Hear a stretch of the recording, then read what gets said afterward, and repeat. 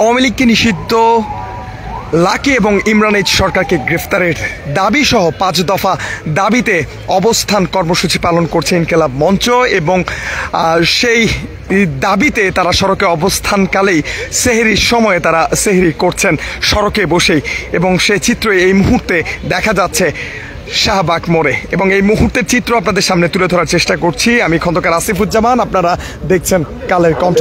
দর্শক, যেমনটি আপনারা দেখতে পাচ্ছেন, সড়কে বসে অবস্থান কর্মসূচি পালনকালে ইনকিলাব মঞ্চের সদস্যরা সেহরি করে নিচ্ছেন। এবং আপনাদেরকে জানিয়ে রেখে দর্শক, আওয়ামী লীগকে নিষিদ্ধ করার দাবি সহ গণজাগরণ মঞ্চের লাকি এবং ইমরান এইচ সরকারকে গ্রেফতারের দাবি এবং ধর্ষকের শাস্তির বিধান নতুন করে গঠন করতে হবে, দ্রুত বিচার ট্রাইব্যুনাল গঠন করে 90 দিনের মধ্যে ধর্ষকের বিচার করতে হবে, এমন দাবি নিয়ে এই মুহূর্তে অবস্থান করছে ইনকিলাব মঞ্চ এবং 5 দফা দাবিতে অবস্থান কর্মসূচি ঘোষণা করেছেন তারা। এবং লাগাতার এই কর্মসূচি তাদের চলতে থাকবে এবং যতক্ষণ পর্যন্ত তাদের এই 5 দফা দাবি আদায় না করা হবে ততক্ষণ পর্যন্ত তাদের এই কর্মসূচি চলমান থাকবে বলে ইনকিলাব মঞ্চের পক্ষ থেকে জানানো হয়েছে।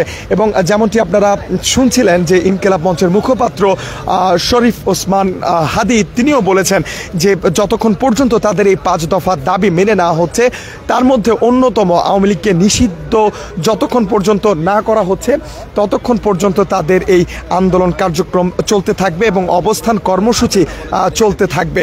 এবং তারা বলছেন যে যতক্ষণ পর্যন্ত তাদের দাবি আদায় না হবে ততক্ষণ পর্যন্ত তারা এই আন্দোলন, তাদের এই অবস্থান কর্মসূচি তারা চালিয়ে যাবেন। পাশাপাশি তারা এই আন্দোলনকে সফল করেই তারা একসাথে ঈদের জামাত আদায় করবেন এবং মিষ্টি মুখ করবেন।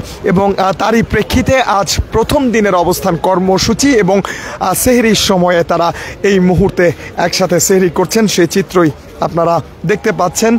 শাহবাগ মোড়ে সড়কে বসেই তারা সেহরি সারছেন, এমন চিত্রই দেখা যাচ্ছে। এবং আমরা দেখেছি যে সেহরির আগ মুহূর্তেও তারা প্রতিবাদী বিভিন্ন গানের মধ্য দিয়ে তারা তাদের যে দাবি সেই দাবিগুলো তুলে ধরেছেন এবং সেই দাবিগুলো যতক্ষণ পর্যন্ত পূরণ না হবে ততক্ষণ পর্যন্ত তাদের এই অবস্থান কর্মসূচি চলমান থাকবে এবং সড়কেই তারা থাকবেন, সড়কেই তারা রোজা থাকবেন এবং সড়কে ইফতার করবেন, সেহরি করবেন।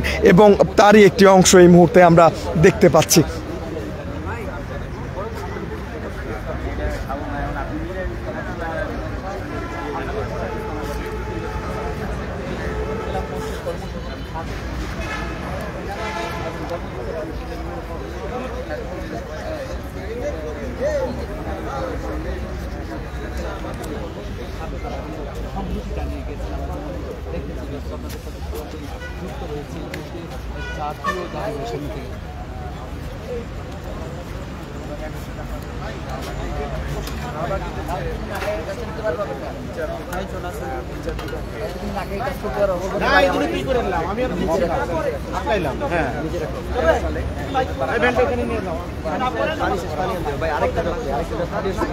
ভাই আমরা এইখানে হচ্ছে যেহেতু নামাজ পড়বো, সুতরাং নিচে যাতে খাবার না পড়ে এটার দিকে আমরা সবাই একটু খেয়াল রাখি, ঠিক আছে?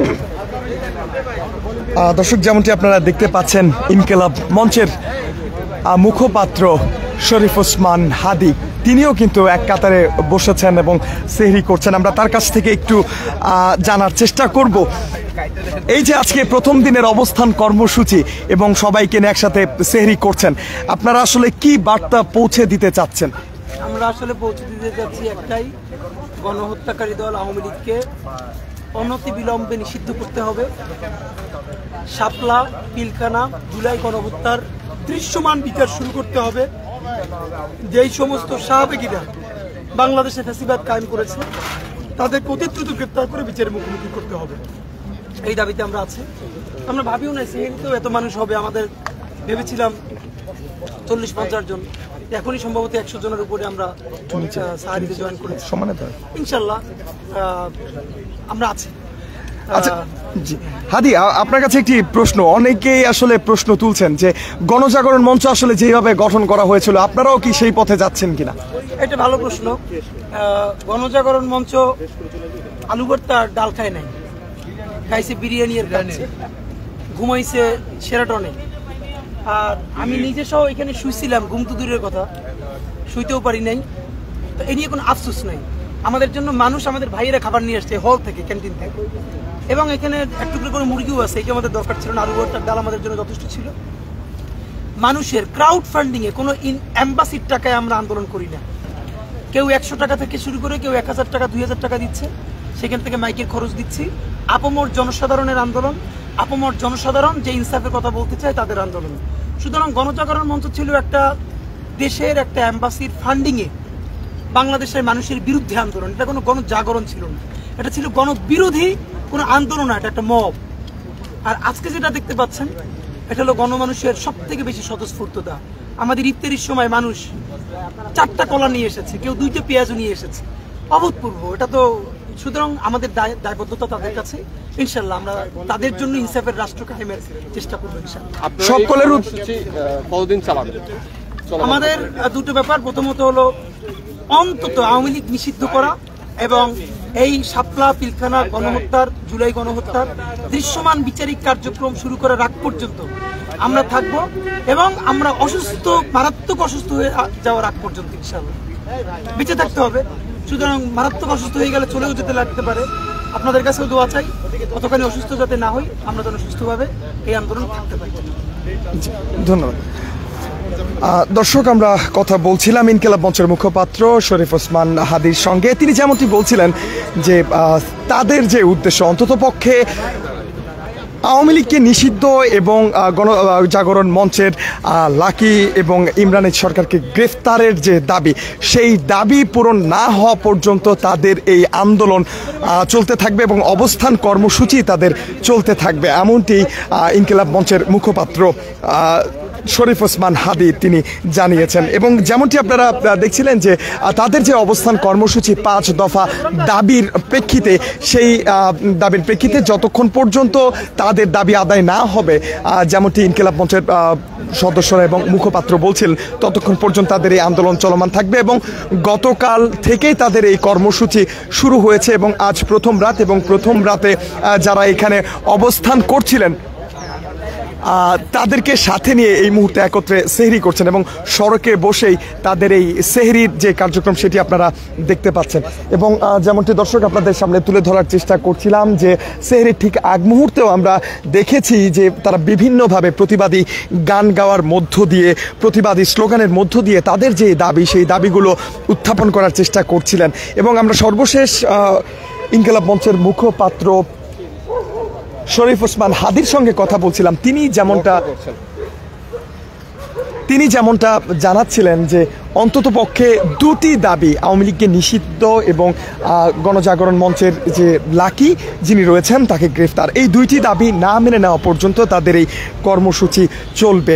এবং তিনি আরও বেশ কিছু অভিযোগ করেছেন, সেই অভিযোগগুলো আপনারা শুনেছেন। এবং এই মুহূর্তের যেই চিত্র আপনারা দেখতে পাচ্ছেন, যারা 5 দফা দাবি নিয়ে শাহবাগ মোড়ে অবস্থান কর্মসূচি শুরু করেছিলেন, তারা এই মুহূর্তে সেহরি করছেন। এবং ইনকিলাব মঞ্চের মুখপাত্র তিনি যেমনটি বলছিলেন যে তিনি ভাবেননি যে এত পরিমাণ মানুষ সেহরির সময়ও থাকবেন। এবং তিনি বলছেন যে সময় বাড়ার সাথে সাথে এই মানুষের সংখ্যা, সাধারণ মানুষের উপস্থিতি, তারা বলছেন যেহেতু এটি একটি যৌক্তিক দাবি নিয়ে তারা এই অবস্থান কর্মসূচি পালন করছেন, সেহেতু এখানে সাধারণ মানুষের উপস্থিতি আরও বাড়বে, এমনটা তিনি আশা প্রকাশ করেছেন। দর্শক, আপনাদের সাথে সংযুক্ত হয়ে ইনকিলাব মঞ্চের পক্ষ থেকে 5 দফা দাবি নিয়ে যে অবস্থান কর্মসূচি তারা পালন করছেন, সেই অবস্থান কর্মসূচির সর্বশেষ খবরাখবর আপনাদের সাথে শেয়ার করার চেষ্টা করছিলাম। সঙ্গে ছিলাম আমি খন্দকার আসিফুজ্জামান, এবং পরবর্তী আপডেট নিয়ে আবারও কালের কণ্ঠের পর্দায় হাজির হয়ে যাব। সে পর্যন্ত কালের কণ্ঠের সাথে থাকার আহ্বান জানিয়ে এই মুহূর্তে বিদায় নিচ্ছি। খন্দকার আসিফুজ্জামান, কালের কণ্ঠ, ঢাকা।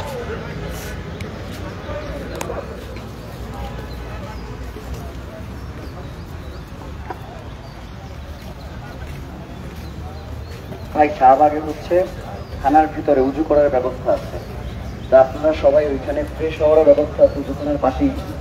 তো খাওয়ার পরে সবাই গিয়ে ওখান থেকে একসাথে উজু করে এখানে চলে আসেন, এরপর এখানে বসে আমরা তাহাজ্জুদ করবো এবং ফজর করবো ইনশাআল্লাহ। আর যে ভাইরা